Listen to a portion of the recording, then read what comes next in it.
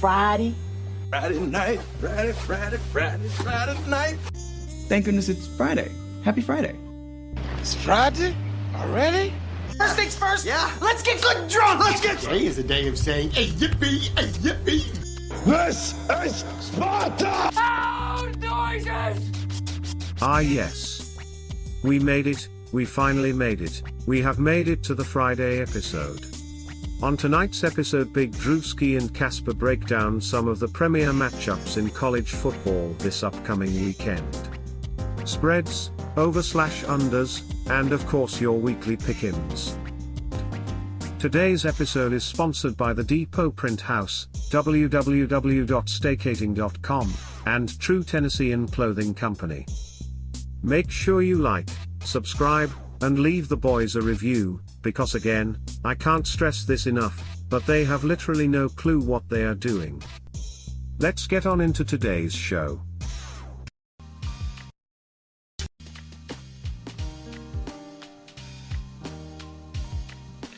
Welcome to the Little Tangerine Show. If you have not already, click like, click subscribe. I am Big Drewski here with my co-host, Casper the co-host. Oh, baby. The Tennessee Vols are coming off of a big-time win that me and Casper witnessed firsthand in Neyland Stadium, baby, against UConn, 59-3. It was a good day indeed. Me and Casper got to see Nico's first ever touchdown. Legend has it that Taylor Swift and Travis Kelce's mom was talking about it at the Chiefs game. So interesting.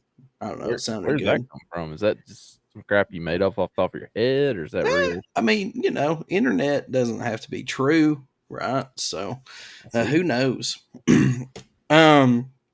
So we got a great show for you guys tonight. Now, if you are watching this on the interwebs, okay, notice the ticker at the bottom, okay? It's technically a live stream, but you could be watching this later as well. But what we're doing is we're airing these episodes later for you guys to enjoy or make fun of us or whatever. So feel free to comment at any time, day or night. We will go back in and read some of the comments from the last one, if there are any. A lot of you guys react, but for some reason you don't want to comment. I don't know. It's weird. But You're scared of my beautiful face. I think that's what it is. Yeah. I think that's what it is. So welcome back yet again. So the Tennessee Vols kicked off basketball play with a dub against Tennessee Tech. True story. Football team won by more than the basketball team did. That is nice. The basketball team won 80-42. So, I mean, someone shared like a weird typo where I guess ESPN messed it up and said that the Vols actually lost on like the ESPN notification, which I thought was kind of funny, or whatever. But I thought that was kind of comical. But yep, good for them. Now I am trying to make it a point. We'll talk about basketball passively, but we are trying to keep this to college football. Although in the off season, who knows? When me and Casper drop back down to one episode a week, who knows what'll tickle our fancy? We'll talk about just whatever we feel like talking about, I guess. Pretty much. Also, me and Casper realized the painful truth that we have to pull for old Lane Kiffin this weekend if the Vols want to have any shot of doing something with the rest of this season. So, personally, I love pulling for Lane Train. Okay, I'm all aboard. I don't know why we ever let him go. I mean, I think we should have paid him, kept him. Lane Kiffin he's a golden nugget for media perspectives, and he is obnoxious. You were still a Tar Heel at that point. No, so. Not really. Lane Train, when Lane Train came to town, that was like when I first started being a Tennessee fan. Well, I But guess you forgot. We didn't let him go. He abandoned us in the middle of the night. It wasn't. yeah, but if we would have paid him to keep him, though, that's what I'm saying. I understand he abandoned us in the middle of the night and had us security guards. I know they painted the rock. Well, I mean, F. but Kiffin. like I know. I've seen he it. left us after his first season, though. We didn't have a chance to pay him. USC called him, and he's like, "Oh Well, yeah, I wish they all could be California girls." And then we were burning mattresses in the middle of the road. I was at Carson Newman when that happened, actually. hey, Um, let's talk about a little side story since we're going to talk about that and coaches going to USC. USC is where coaches go to die, dude. Like, it does seem that I way, mean, yes. some people would argue that Tennessee is as well, but I mean, USC is, I mean, bro. Pete Carroll may have taken the last little bit of magic juice with him when he left. I mean, he must have walked out with a goat. That's all I'm saying. I don't know. There's some kind of curse going on there, but sorry. Yeah, I don't know. It I was has thinking about that really whole Lincoln Riley thing. So it has really went downhill fast for the USC Trojans. What was once a great and prestigious organization is now in, I guess, shambles. I don't even really know. My favorite USC fan was disappointed in me for picking them last week on here, by the way.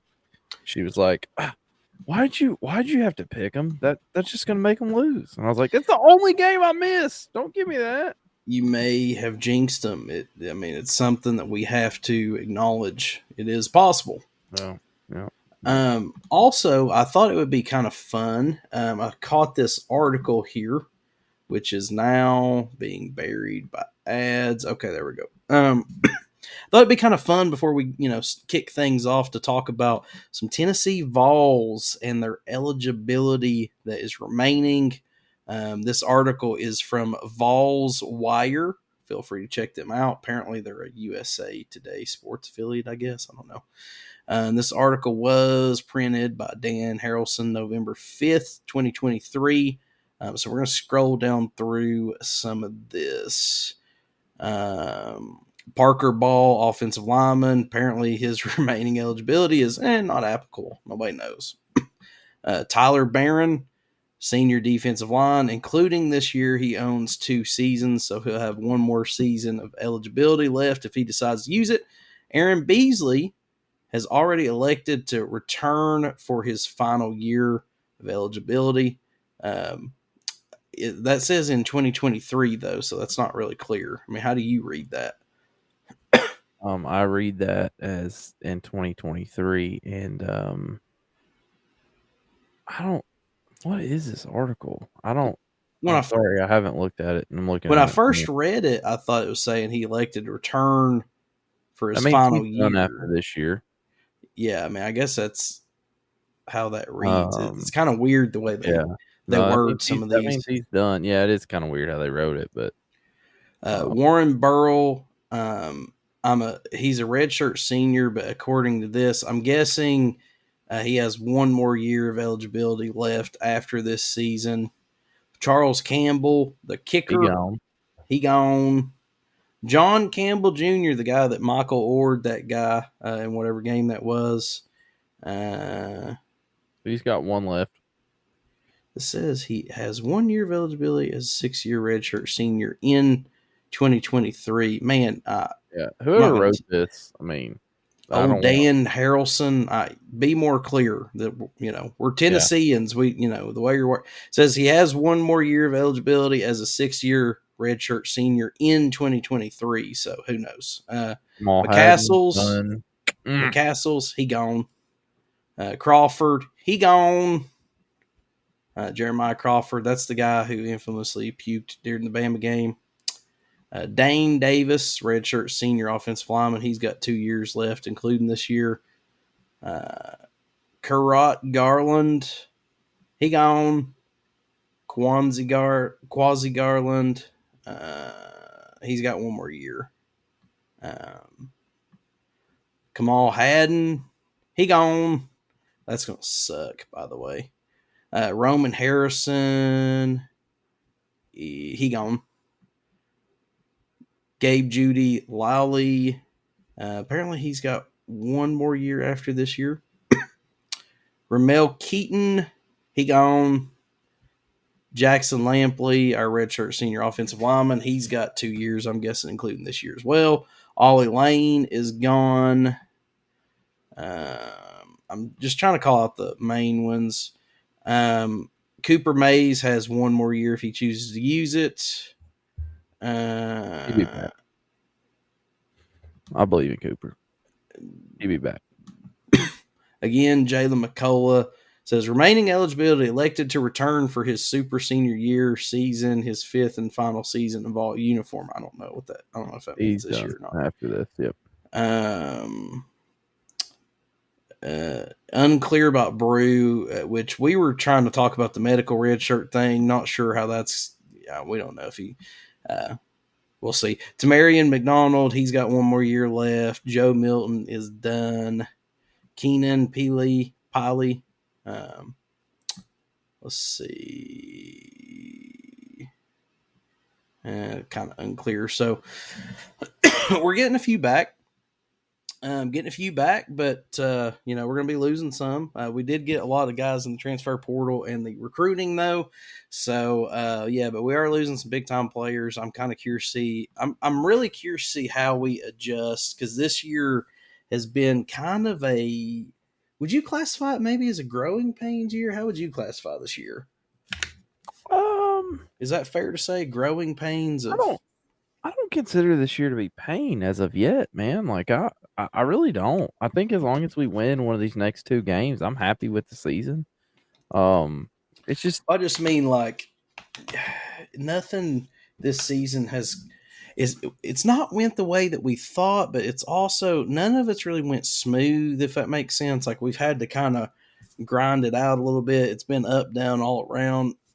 But I'm with you. I think 9-3 we should be ecstatic. 8-4, I can live with an 8-4 as long as we're still on the upward trajectory or whatever. But so no, I mean, you asked if I think it's a growing pains. If we lose both these next 2, it's growing pains. If we win one, I'm happy with it. And it doesn't even really matter which one. If we just win one, I would prefer to beat Georgia, obviously, because to hell with them. But Devin went down to Georgia one time. Yeah, I mean, looking for a soul still. I'm not gonna say it on the podcast, but we still have a chance for a good year. Better than me and you expected. So we'll see what happens. But this week, it's all about them Tigers this week. That's all that matters. It is all about them Tigers. As a Vols fan, all we have to do is beat the Tigers this weekend. I'll be happy. So. Yep, smack them kiddies around. But we're going to take a quick break, and when we come back, we're going to get into some pregame. Then we're also going to talk about the weekly pick'ems. And we're going to tell you guys what we think. Do not stick around. Baby, don't go nowhere. Little Tangerine Show.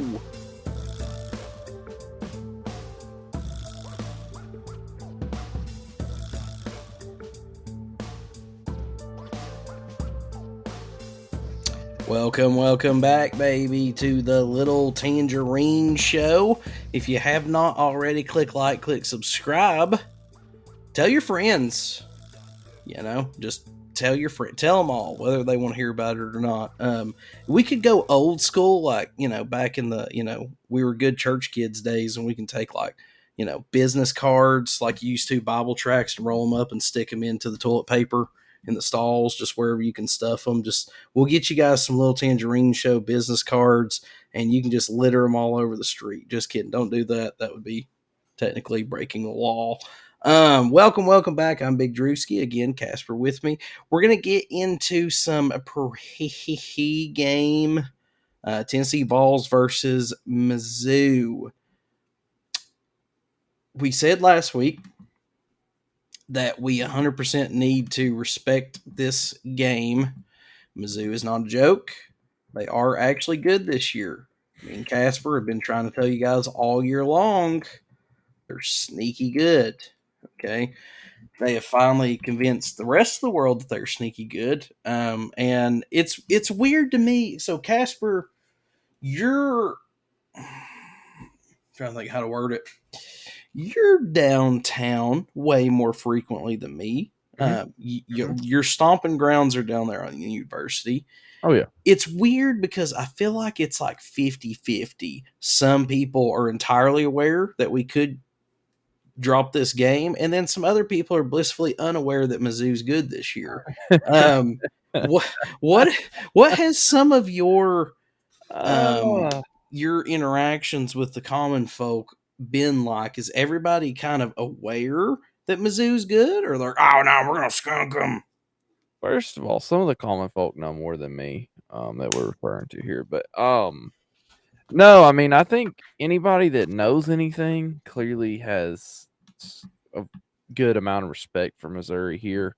Coming in this weekend, the ones that you know just like to wear orange on Saturday because they live in Knoxville, which there's nothing wrong with that, by the way. But if you don't know college football, you just Missouri, Vandy, Missouri. I mean, the great T. Fitty was quoted saying that we need to kick Missouri and Vandy out of the SEC if we're going to take on Oklahoma State. That is an actual quote. He is kind of an uneducated football fan. So he defended that tooth and nail that he didn't say that. But there's a lot of people that I always just kick Vandy out. I mean, no, I think for the most part, the good, intelligent football fans know Missouri's good. Missouri kind of came out of nowhere this year. I don't think either of us had them really high up in our preseason thing. And, I mean, I'm like, so with Missouri all week, I'm kind of like, so how exactly did they get here? Like, I mean, that's just kind of how their year's been. They haven't, the thing about it is, they really haven't beat anybody in the SEC. They beat Kentucky. I mean, like that's like if you go look, they beat Kentucky. I mean they haven't played that many SEC games yet. I guess, but like, so they got Kentucky, Vandy, lost to LSU, beat South Carolina, lost to Georgia. They're gonna finish up with 3 SEC games. I mean, we'll see what they got, man. Like. Tennessee, Florida, Arkansas, they could drop all 3 or they could win all 3. I don't know. And that's kind of how our schedule is. Well, we're not gonna lose 3. We could lose 2, but so we're kind of the same way. I mean, knock on wood, we should beat Vandy. Should. Yes. Sorry, when I said that, we should. 100% can beat Mizzou. Georgia, if we lose that one, nobody's really going to, bat an eye a out. long shot, I mean. So on paper, both teams are fairly evenly matched. Mizzou, they're averaging 32.4 points a game. The Vols are averaging 34.8 per game. Total touchdowns, 38 and 35. I mean, they're pretty close. Net passing yards for the Vols 2148. Net passing for Mizzou is 2,564. Rushing, the Vols have rushed for 2,050 yards. Mizzou has rushed for 1,343 yards. Penalties, the Vols have been penalized 76 times for 630 yards. Mizzou 65. Vols have been penalized quite a bit this year. But yeah, on paper they're pretty even. I do think that Mizzou's defense is pretty definitely not where ours is. They're 54th. We're like 23rd, 21st. Yeah. I mean, we're giving up 18.4 points a game. Our defense is solid. That fan, if that was sitting in front of us, I know our defense is good. I was just mad we gave up, much wide open. Our defense is good, but we do also have to be aware of the fact that we do not have Haddon anymore. He's out the rest of the season. Yeah. That definitely plays a role. Now you asked me last week, if I thought that Tennessee was the better team. I do think that the Vols are the better team. I think that we're better on the ground. Both defenses are good. Like you said, I think Ours, I think, is better on the defensive line. I think their linebacking core is a little better.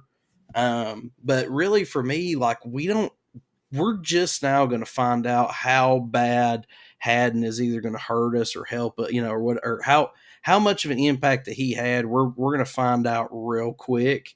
But like I told you, and I can't remember if I said it during the episode, but like I told you off the air, in my opinion, for the Vols to win this game, they got to get 225 rushing yards. Like, it's just when we win games, we get rushing yards. It kind of is that simple. It's not that simple, but it kind of is. If we can ground a pound and run the ball effectively, we win ball games. Now, whether it's directly because of that, don't know. But we are averaging quite a bit more rushing yards than they are, like at least 100-ish more per game. Dude, we're third. We're third in the country in rushing. I'm pretty sure Air Force is leading with their deal. They just dropped out of the top 25. I don't know who that second place team is, but I mean we're absolutely running the ball. We got as good 3 backs as anybody in the country. So you're right. We have to run the ball. I agree. Everybody laughed at me when I said that at the beginning of this year. Like, dude, we have one of the most underrated. I was right here with you saying the same thing. But we have one of the most underrated rushing attacks in the country. And we need to play to our strengths. But I definitely think now the other thing too, and I mean no disrespect to Mizzou at all, but I don't know that I can say with 100% confidence that they have like one of those stifling home atmospheres, like going to the Swamp or going to Georgia, South Carolina. I don't know that they, now I think that their football team's getting better, but I don't know that they have like just one of those game-changing type home atmospheres. Maybe it's going to be loud and rocking, I don't know. But so I don't know how much the home noise, quote unquote, is going to help or hurt them. But I do think the Vols can win this game. Now, as of right now, the Vols are favored by, what is it, 1.5? Yes, sir. Actually, it's 1 point. Is it 1 point now? It's been changing around quite a bit. But I don't know. I mean, like I said, I think the Vols can get the win, but I think we're going to have to ground and pound. It seems like our receivers finally have learned how to handle the heat coming from Joe Milton. They seem to be catching better as of late. Thornton, was pretty effective last week. Keaton was pretty effective. Squirrel has been effective. He's, our leading receiver. So I don't know. I mean, maybe it's going to take D. Williams playing a little offense. Maybe it's going to take trotting Cameron Seldon out there and having him, play some wide receiver. And he was, pretty effective last week and the snaps that he got. But I don't know who the playmaker is going to be.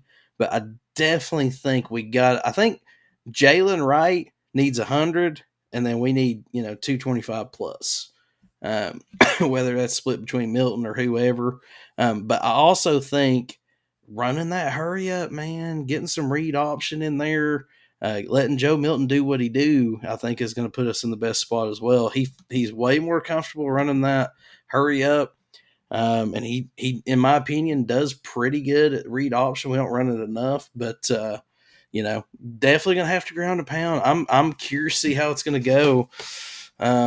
This is a battle for the SEC East. I mean, both teams are tied currently for second in the SEC East. So, any predictions for this game or any things that you want to see? Sorry, I've been over here while you've been talking, scrambling. Before we get started, because we're talking about the run, what happened to Jabari? Where's he at? He's questionable. Okay. I don't know what. Like it must be real quiet, whatever it is, because I've been looking for like 2 days and I never found anything the other day, and I can't find anything right now. But anyways, When you look, I'll look up the injury report or whatever. But last I looked yesterday or the day before, he was just listed as questionable. I think that's the same thing. So I think running is going to be the key, and I think that having him or not having him can make a big difference. Obviously, Jalen Wright's a stud, Dylan Sampson's a stud, but having 3, my whole thing has been if you pound them with Jalen, pound them with Jabari, then you bring Sampson in. When them boys are tired and you bring Sampson in, son, and he turns the Jets on, you just can't touch him. And there's something about that. And but I mean, hopefully he'll be playing this game because I think that you're right. The key to this game is going to be the run. I think kind of to control time possession is a key for Tennessee in this game a little bit, which you do by running the ball. And I also think we're going to have to run the hurry up, man. Milton looks better in it. You've been saying it. I wasn't sold that he had to have it to look good, but the more you sold it, the more I bought it, if that makes sense. So I think running's going to be a big deal. Defense, I mean, I'm not. We got to get pressure on the quarterback, but I'm not sold on Brady, Cook. But here's the thing, and this is your famous line. We have a habit of making mediocre average quarterbacks look great. Stars, right? Mm-hmm. And we're getting pretty close to that 1-year anniversary of that South Carolina game, right? I mean, it was about this time of the year. I think we had time of the year, wasn't it? And Mizzou was our bounce back game last year, but yeah. So, I think I don't know. I'm nervous about this game. I don't know what I think is going to happen in this game. I am very. Our defense is very high risk, high reward. Like they're gonna allow some points. They're probably gonna create some turnovers. Yeah. We got to get pressure on Cook. Correct. But in my opinion, man, I mean, I think tying up Schrader, the running back, is going to be a key because, I mean, I'm just looking down through this list, but 138 yards, 84, 58, 123, 71, 114, 71, 159, 112. In both the 2 losses, he still rushed for over 112 yards each. Yeah. I think keeping their running game at bay and getting pressure on the quarterback is going to kind of be the key. Like you said, Brady, Cook is he's kind of hot or cold. 411 yards against LSU, 395 against Vandy, 341 against Memphis, but and he did put up 356 against Kansas State, which their defense is pretty good, but 175 against Kentucky, 205 against South Carolina, 212 against Georgia. So, he's definitely kind of hot or cold. The Vols, like I said, we're great at making average quarterbacks look like superstars. Jabari Small is listed as questionable for Saturday, undisclosed. Small was absent from the previous match with an unknown issue, leaving his availability against Mizzou on Saturday in question.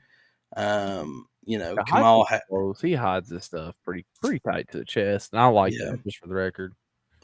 It is of note that Mizzou is they do not have Luther Burden III, which he's kind of a big playmaker for them.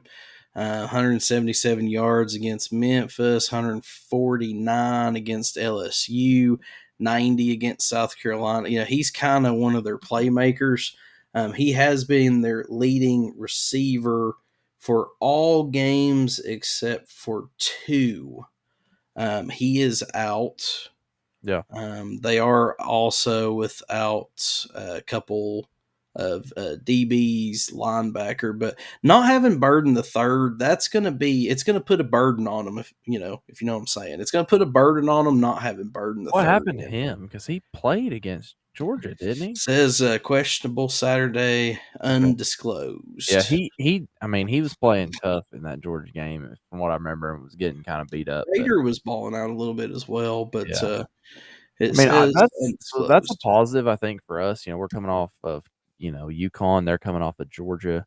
Obviously, they got the snot knocked out of them playing an SEC opponent. We played UConn. I mean, other than number 64, who's just been obnoxious.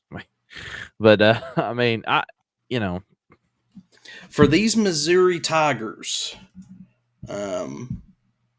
I'm pretty sure it's a movie from a line from a movie or whatever. But the most dangerous thing that the Mizzou Tigers have is hope, my friend. Hope.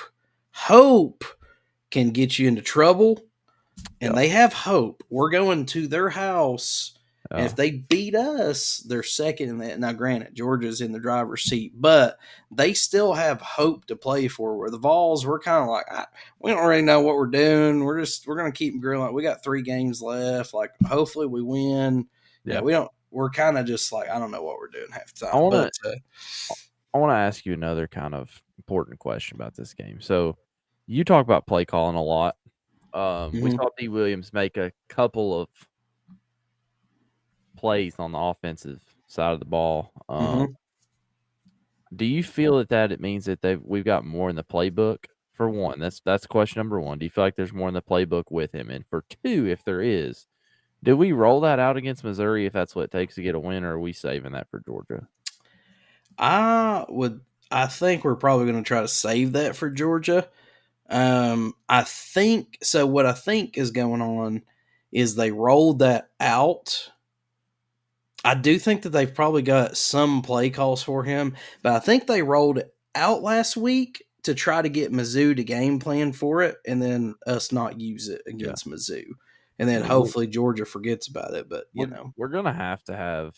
I think to win these next 2 games, there's gonna have to be some wrinkles in the offense, and I'm curious to see. I think Georgia's gonna come at us probably with that same stupid defensive line shift. Hopefully we got something for that. Hopefully we've got something for it. But it's kind of like what we said about, okay, Georgia's won 23 games in a row now. How are we taking them out of number 1 in the poll? Like, if you're Georgia, we beat the snot out of Tennessee doing this last year with like 11 false start penalties. So yeah, we're going to do it again, So hopefully we got something for that. But I am curious, like this win overall in the season kind of matters pretty big, because I feel like the 8-4 and 9-3 is a big difference. And, so like how much of the playbook are we going to pull out? I think that's something kind of. I think, like I said, I think we rolled it out to try to trick Mizzou into thinking we're going to use it, but it's almost like a decoy. I do think that they have some play calls for him. And it's deeper than what we saw. I mean, I think that. Yeah, I think we only seen like a few game, they might have more in the book for sure. We definitely, like, when we were sitting there at the game, I was like, "Holy crap, was that D?" Because he just moves different. But matchup predictors got the Vols at 60.6%.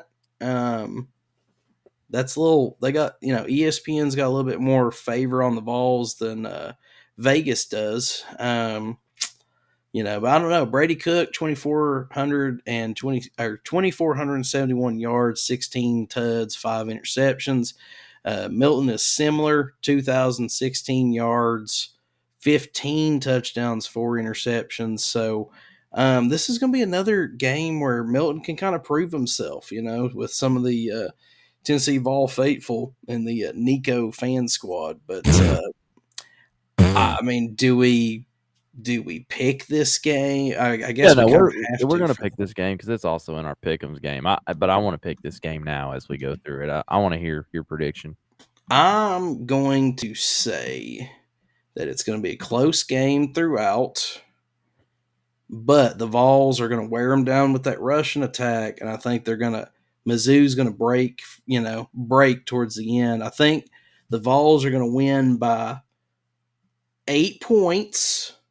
But it's going to be close up until like the last 6 minutes. And we're going to probably, I think we'll probably get some points and then like a pick 6 or something stupid, and then maybe even like shank an extra point or something ridiculous. But I think I'm going to say 8 points, which is a very unusual pick for me. I'm going to say 8 points, but it's going to be close up until the last 6 minutes. Vols win. All right. I'm going to go with the Tennessee Volunteers. So I'm going to be honest with you. All day coming into this, before I started doing the notes for the show, I was going to go with Mizzou, and I put that up there to throw you off a little bit. But, man, I started looking through their schedule. They ain't played nobody. I mean, LSU is by far LSU and Georgia. Other than that, they ain't played nobody at all. And I don't know. It's Missouri, man. Like at the end of the day, I'm they're glad. still Missouri. T-Fitty, they're still Missouri, and I'm glad you came to your senses, because I got the feeling you're slightly offended last week whenever I was like, I think we're better. What? No. well, Like, I mean, I did, and I think I bought the hype that was being sold, and then that's what I was saying when I started doing a little research, and I was like, our our NASCAR buddy, you can't always believe what Stephen A says. Okay? exactly. I mean, these ESPN guys, they're all about the rate. Mizzou is good. They're sneaky good. Like they'll sneak up and beat teams they shouldn't, and then lose to teams that they shouldn't as well. But I also have a good amount of faith in Josh Heupel. I don't know about you, but I really do. I And to have do. this I team think ready to go mentally. I think this game for Tennessee is more about being mentally prepared than anything, and I have faith in him to have them ready for that. So, all right. So we're both picking the Vols. Now moving on in to our weekly pick'em segment. hold on. Important update. I saw the leader of the pack today, Dave Redown himself. I got my picks from him, except not really, because he wouldn't write them down for me. That scumbag. He played it off so cool too. He's like, man, I ain't even looked this week. If I don't quit messing around, I'm gonna lose. He acts like he don't try. Dave Redown, we ain't buying that, son. So you're just copying Dave Redown's picks? Is that it? No, he didn't give me his picks because he knew that I would probably use them. Well, he probably looked at Drewski and Casper. They're holding up That's the what he number told 2 me. and He's 3. like, man, he's like, I better watch out or y'all gonna catch me. I was like, We are gunning for you, Dave Redown. hey, good to see you, Dave. You're up now, so I'm gonna call Yes, you Dave. So good to see you today, man. But, yeah. Anywho, all right. Number 3, Michigan at number 10, Penn State. Big Drewski, who you got? So, in our weekly pick'ems, now it's a little late, but you can still play www.bigdrewski.com. May or may not do the bowl thing. We'll see. Yeah, I don't even know how that works, but feel free to continue to play. At this point, it appears that the $100 gift card is Dave Redown's to lose. But this one's tough for me, but I am going to go Michigan because this is a noon kickoff. It is at home for Penn State, but these noon kickoffs are weird. Michigan already has stolen all their signs. Maybe Penn State changes them. I don't know. But I'm going now, for the record, I may change this one upon thinking on it. But right now, at this moment, my gut is telling me Michigan on the road. I'm just looking at that noon kickoff, 11-11, make a wish. Give me Michigan. Close. Yep. I don't even know it's going to be that close, frankly. I'm with you on the noon kickoff. It completely ruins these games, and the fact that Fox is having these games at noon disgusts me. They do this. Same thing with Ohio State. Ohio State, Michigan is probably going to be at noon. That's what they did last year. They're probably going to do it again. I hate it. It's boring. I want to see this game. If this game is at Penn State at night and they do that whiteout, I take Penn State to win this game. But yes, give me Michigan for sure. Moving on. Next pickup is Texas Tech at number 16, Kansas. Kansas favored by 3.5. So here's the thing: Texas Tech is not as bad as a lot of these people. They look at the record, but they don't do any scooping. Texas Tech is not as bad as people think, but I'm still going to go Kansas. They're 4-2 in the conference. They're trying to keep it alive. Texas and Oklahoma State are both 5-1. They're playing inspired, even though it's noon. I'm going to say Kansas because, most of them guys are farmers anyways. They've already been up for 6 hours. Don't matter. So give me Kansas. Close, but Kansas. All I agree. Give me the Jayhawks. And I really don't think it's going to be that close, frankly. I think Kansas is coming back into their own. They looked like they were going to fold. They bent, but they haven't broke. Give me the Jayhawks. Up next. Texas Tech. They're gonna make a unpredictable run in the beginning, and they're gonna look really good, and then Kansas is gonna wear them down. It's a 12:00 game. Nobody's gonna be watching anyways. I'll be driving to the Nashville. So I'll probably next up, ACC, worst conference in America. And the other irrelevant game we're gonna pick this week, Virginia Tech at Boston College. Virginia Tech is 4-5, 3-2 in conference. Boston College is 6-3, 3-2 in conference. Virginia Tech favored on the road, 1.5. Another 12:00 boring game. Who you got? I am going to take Virginia Tech on the road. Boston College's Castellanos, however you say it.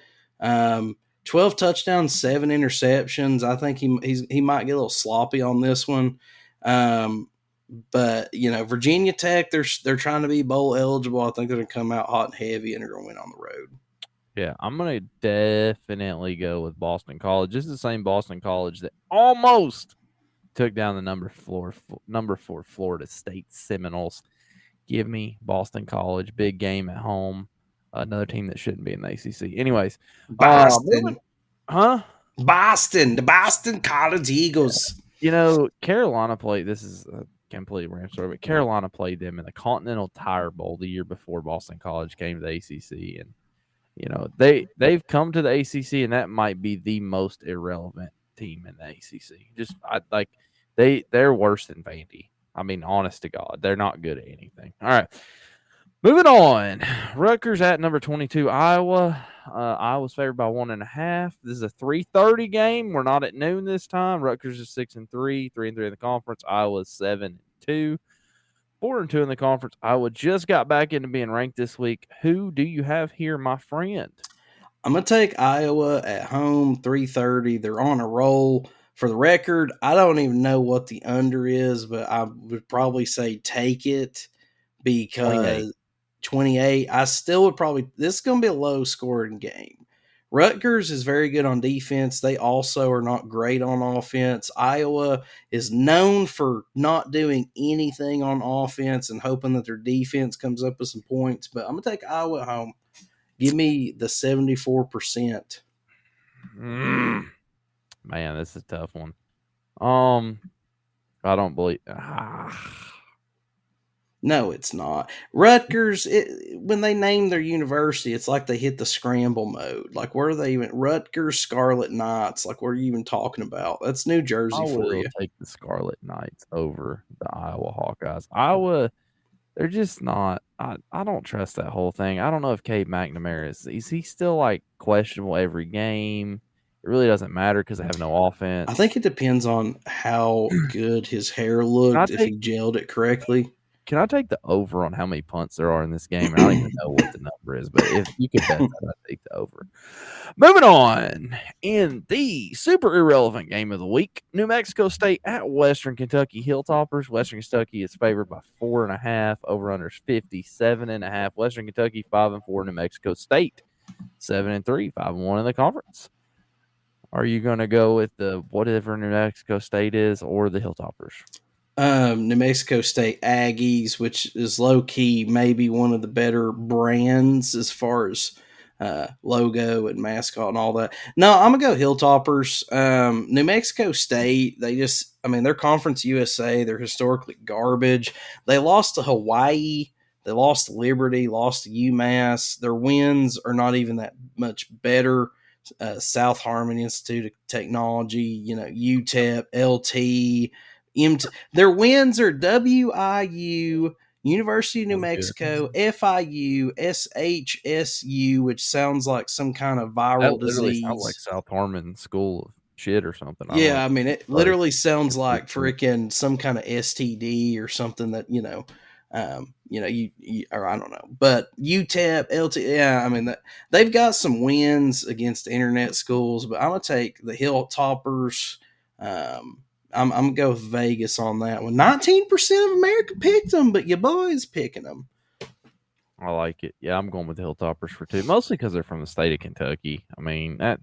Listen, that's still kind of the South. New Mexico is just a dump. Nobody likes it anyways. Go WKU. I mean, Man, ironically enough, I'm they're really heartless on this deal. I don't know what the deal is. I really need to be quiet. All right, Texas State at Coastal Carolina, 6-3 against 6-3, is 3-2 Texas against State one of the 4-2. most picked weekly pick'ems. I Bro, swear I we've picked think them they've like been in here every single week. Like like that's the same thing I thought. who from Texas State is sleeping with somebody at ESPN? Like, I why think are we their talking about intern is them? the one that's running this thing. I really think that's I was thinking about that today. And like I didn't even know that Texas State existed or that they were the Bobcats before this year started, but I pick them every week now. So Yeah, like we've picked them like 6 times this year or yeah, something. Like, yeah, golly. yeah. Uh, So I'm going Coastal Carolina. Screw Texas State. Get out of the weekly pick'ems. Coastal yeah, Carolina. okay. I'm gonna go I mean, I'm picking Coastal in part just because of Grayson McCall alone.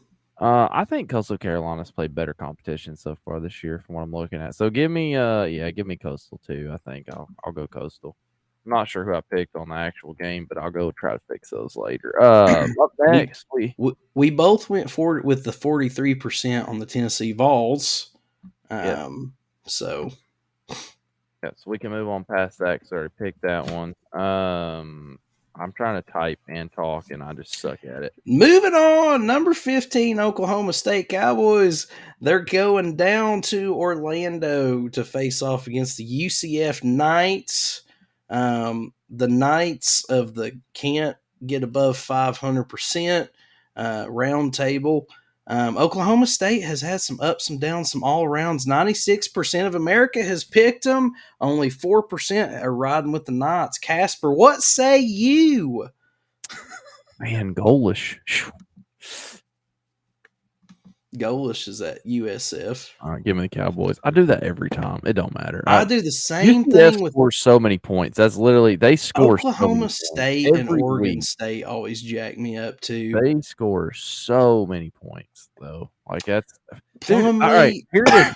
Matchup predictor: 51% UCF and 4% of America has picked them. I damn near want to pick them. Oklahoma State's been on fire though, man. yeah, I mean, They beat a you, lot of good teams here. Let's see. Their wins: Oklahoma, Cincinnati. No, Kansas State. That's a good one. I don't know. It'd be perfect time for them to choke one though, man. It really would it be. would. I mean, UCF This has game lost 4 of the last 5. to me, this Um, is the hardest one to pick. so Honestly, UCF has wins against Kent State, Boise State, Villanova. They lost to Kansas State, Baylor, Kansas, Oklahoma, and West Virginia. And then they beat Cincinnati close on the 4th. I'm gonna go with Oklahoma State. Who you got? Any particular reason why you picked them? They've been streaking. UCS 4-5, and it's just Oklahoma State's a good football team. They're not ranked 15th for nothing. I mean, they score a lot of points. They beat some good teams. They've done everything they have to do. UCF is UCF, man. They just kind of screw up. It's just kind of what they do. Gus Malzahn, I'm pretty sure, is their coach. Plumlee has been balling out for their as their quarterback there. Do you realize that Oklahoma State is probably going to play Texas for the Big 12 championship, more than likely? They're looking pretty With good. that win over Oklahoma last week, Who was they pretty well underneath them? We sealed just that up. talked about them. Was it Kansas? Is nipping on Kansas, their heels? Kansas, Oklahoma, and Kansas State, and West Virginia, and Iowa State are all I 4 may currently.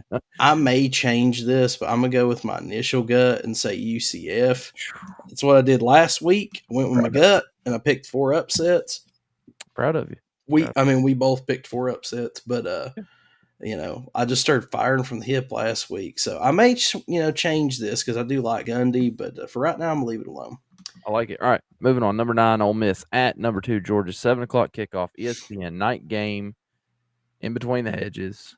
Lane Train. Got to get the dub for Tennessee. Who you got? it would help Tennessee if the Rebels win. I am going to root for the Rebels. However, much like T. Fitty, I enjoy being right. So I'm going to go with Georgia.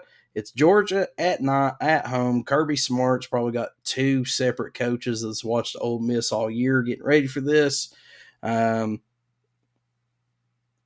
I mean, I'm hoping that they stumble against the Vols, but I'm going to have to go Georgia on this one because I'm really trying to gun for Daver down.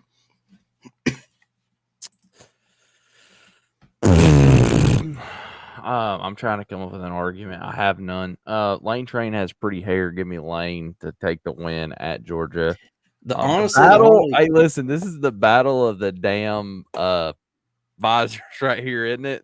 Battle of the visors, baby. I mean, I'm Team Chaos. Give me Ole Miss. Ole Miss, they took their lumps, and it's time to get the big dub. I would gladly be wrong on this one. I just, it's hard for me to picture Georgia losing at home at 9, but the only reason that I'm picking them, like literally the only reason, is because I hate Georgia and I'm ready for something different to happen. So I'm gonna take Lane Train. They gotta lose sometime.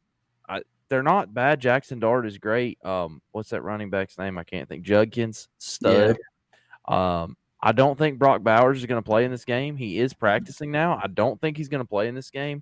I don't know that Georgia's gonna be able to put up the points to keep up with Jackson Dart and Judkins. I mean, we'll see. I mean, I hope this is a high-scoring game, and the reason I hope it's a high-scoring game is because I want Georgia to be absolutely worn out next weekend. So I hope they hit the over, and I hope Ole Miss wins. So give me Ole Miss. Last game up, unranked Fresno State is traveling to San Jose State in yet another irrelevant game that for some reason they insist on us picking. Who you got in this one? I'm going to take San Jose State again. Fresno State, overrated team, traveling to the in-state rivalry.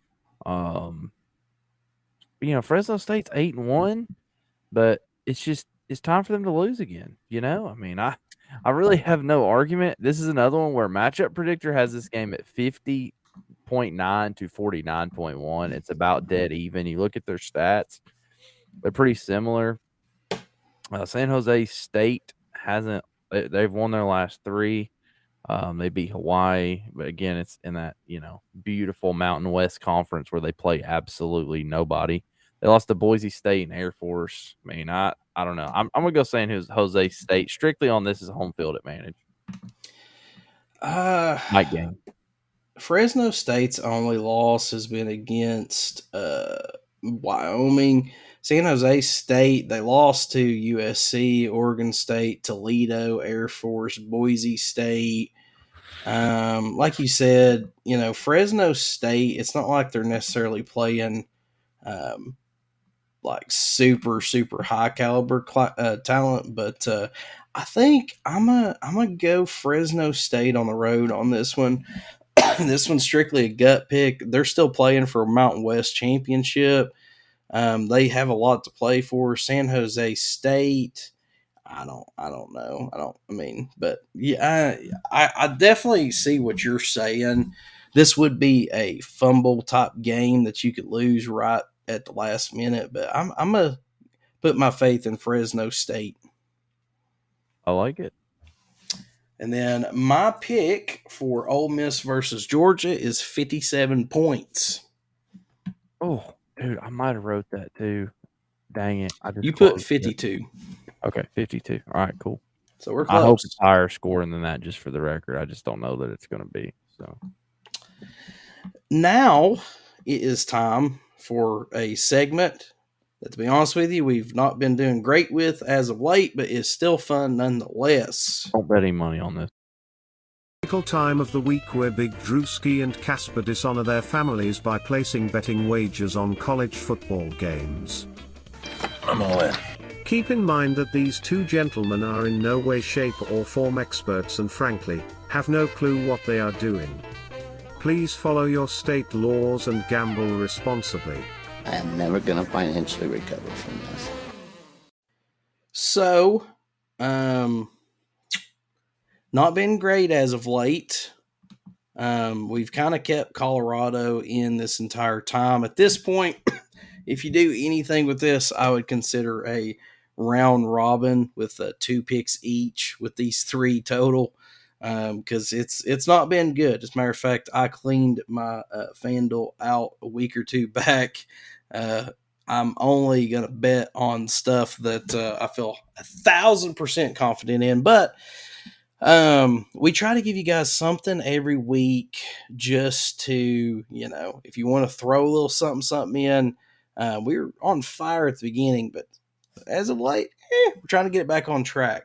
My pick is going to be in the Colorado-Arizona game. I'm going to take the over 55.5. The way Colorado's been playing, they may hit that by themselves.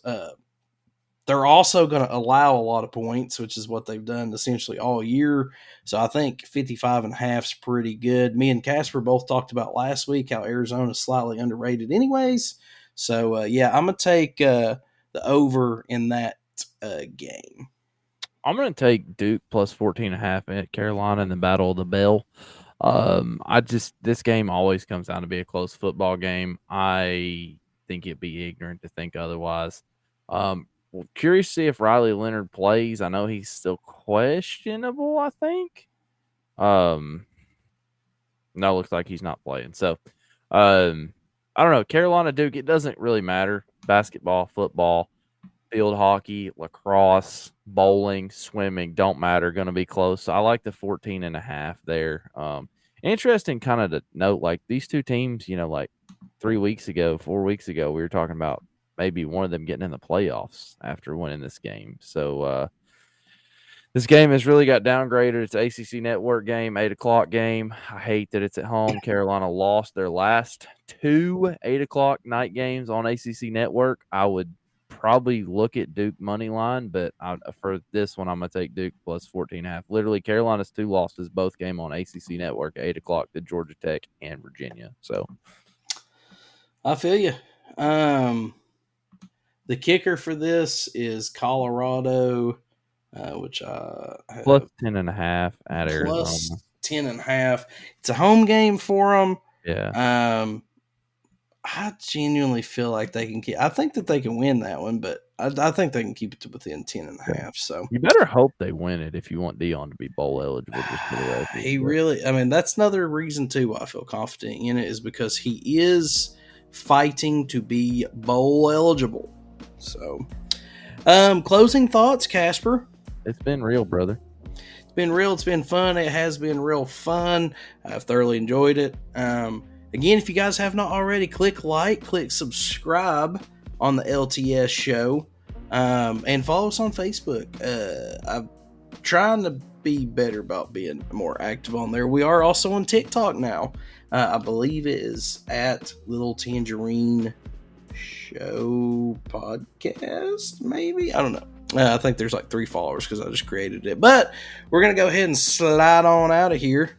Again, thank you guys so much. Until next time, this is Little Tangerine Show, baby, and we're out. Peace. Later.